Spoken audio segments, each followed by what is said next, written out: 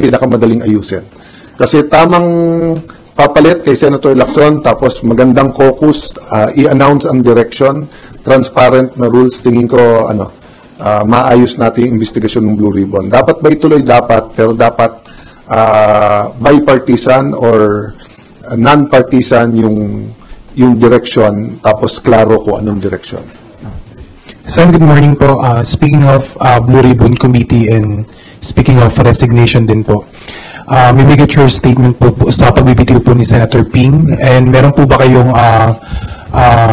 inaay or personal pick po kung sino po yung mag-chair ng Blue Ribbon Committee? In my case kasi mahaba na rin ang history ko kay Senator Ping. I believe in him, in his integrity, kaibigan ko rin.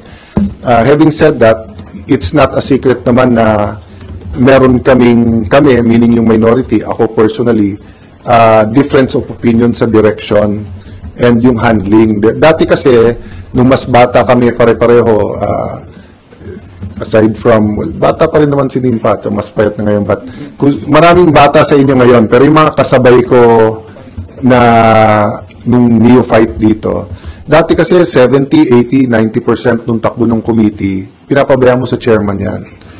But ngayon, iba na ang mga members ng Senado. At the same time, may social media ka, di ba? Na every participant, hindi lang nanonood. Real time yan online. Nagko-comment, nagbibigay ng etc. No? So, iba na ngayon. So, yung direction ng committee has to be by consensus. And we disagree na, I agree with Senator Ping na pag nagpapa-interview, opinion mo yon. Pero paano mahahati ng tao yung opinion mo bilang chairman versus yung opinion mo bilang isang senador? Magkaiba yon, di ba?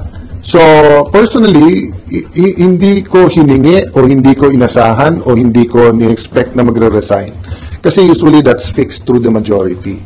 Pero nung nagkaroon ng media reports, hindi lang media reports, nung sinabi ni Attorney Fortune na may babanggitin pa, dyan biglang nakita ng majority, sandali lang. Pag binanggit, may basis ba? So matagal na namin sinasabi yon. Walang problema magbanggit sila ng senador. Dapat magbanggit sila.